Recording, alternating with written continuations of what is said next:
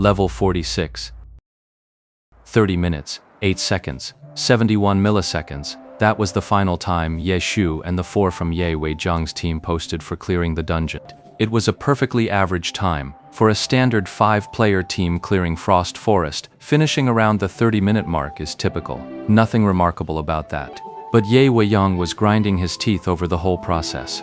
That command fee was money well spent. Lord Grimm's instructions never stopped from start to finish. But it was just like commanding that night. He simply explained the most basic, straightforward strategy in plain terms.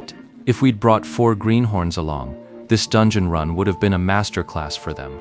But for Ye Weiyang, this dungeon run was a complete waste. He saw nothing special, nothing that screamed elite player in the entire process. The result was just the 4 of them, all supposedly skilled players, feeling utterly stifled by the mundane commands. But this strategy, this command, it's completely amateur hour. It just makes us look like idiots.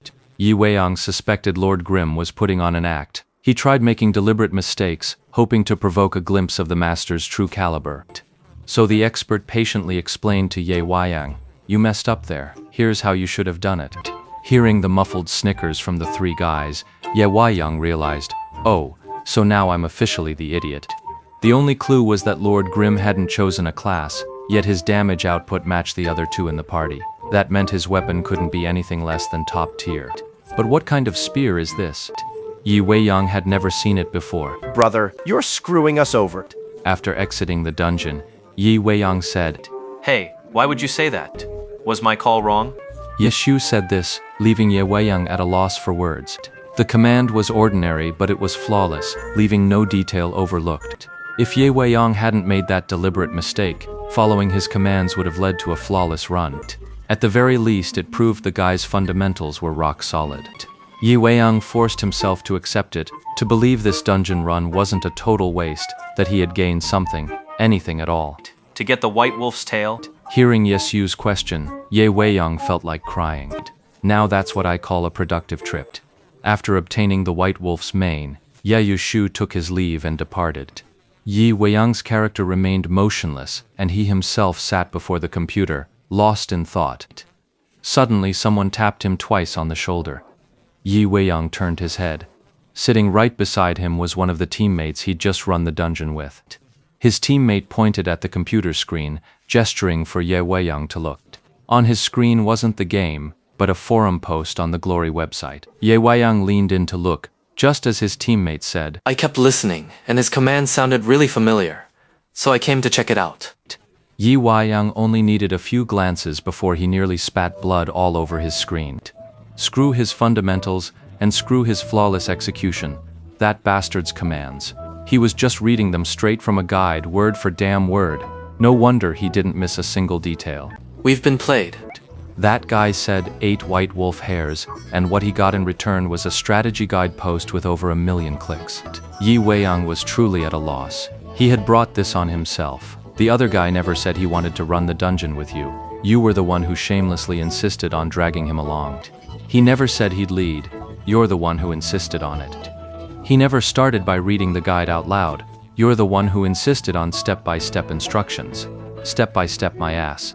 For a team of their caliber, needing step-by-step instructions is unheard of. Asking for it in the first place was just asking for trouble. And now they're really feeling the pain. You beast.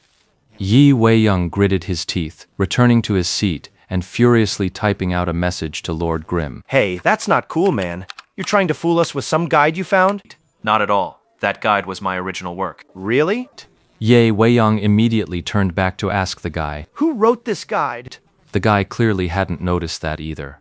He quickly flipped back a page, looked and said, One autumn leaf. Ye Weiyang was furious. He spun back around and kept hammering the keyboard. What are you bragging about? That guide belongs to the great Ye Chu. That's right, it was me. You shameless bastard. That's just too damn shameless. Ye Weiyang was utterly speechless. Something came up. Gotta go. I'll be in touch. Ye Weiyang received this follow-up message. Evasion. This was pure evasion. What could possibly be happening at 3 in the morning? Ye Weiyang thought to himself. Inside Happy Internet Cafe, Ye Chu was delivering several bottles of cola to the customers. The night passed without incident. By 7 the next morning, as patrons began to log off and leave, Yeshu's Lord Grimm finally reached level 21. Once you leave the beginner zone, leveling up slows down considerably.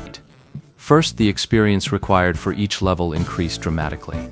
Second, the number of times you could run a dungeon each day became limited. Even though level 20 seems like it would let you farm the Skull Graveyard in the starter village endlessly, if you actually tried, you'd find the dungeon's experience has been nerfed as if you were 5 levels over it. After level 20, besides dungeons, players needed to rely more on quests and grinding wild monsters to level up. At the top of the 10th server's level rankings, Yeshu spotted names like Blue River and Ye Waiyang, all at level 24. Clearly, they'd only managed that by being online, 24/7, hitting that mark in less than 2 days since the server launched. These characters, cultivated by their guilds, clearly stood on a different tier from the average player. Behind the first echelon at level 24, the gap between levels 22 and 23 was practically a vacuum. Only a tiny fraction of players had managed to reach those ranks. Meanwhile, those at level 22 or 21 were the ones who'd rushed into the game the moment the server opened, and had been grinding hard ever since. Players like Lord Grimm and Tianqi fell into this category. Their playtime was already bordering on insane. Most players haven't even left the starter village yet. Morning, Brother Ye. Right on time. The morning shift arrived, the net cafe's attendants and cashiers. They greeted Yeshu as they came in. Morning. Yeshu logged out of the game and vacated the computer at the bar. All right, I'm off. You all keep at it. Right. After bidding farewell to the group, Yeshu stretched and headed back to his second-floor suite. As he opened the door, the sound of the TV drifted out from the living room. Hey, boss, up so early? Yeshu walked inside, only to find the TV still on. Chen Guo had fallen asleep on the sofa, curled into a tight shrimp-like ball without a blanket, shivering from the cold. Boss, you should go back to your room to sleep. Ye Shu went over and gave her a couple of pats. Chen Guo turned away, her sleeping face twisting into a look of disgust at being disturbed. Ye Shu sighed. Seeing Chen Guo's door was ajar, he stepped inside to find something for her to cover up with. He instinctively glanced around Chen Guo's room. The floor, walls, and ceiling were all fairly new, but the furniture and bed looked rather old and worn. Yeshu didn't dwell on it. He grabbed a blanket from Chen Guo's messy bed, draped it over her, then turned off the TV and retreated to his own pitiful little storage room to rest.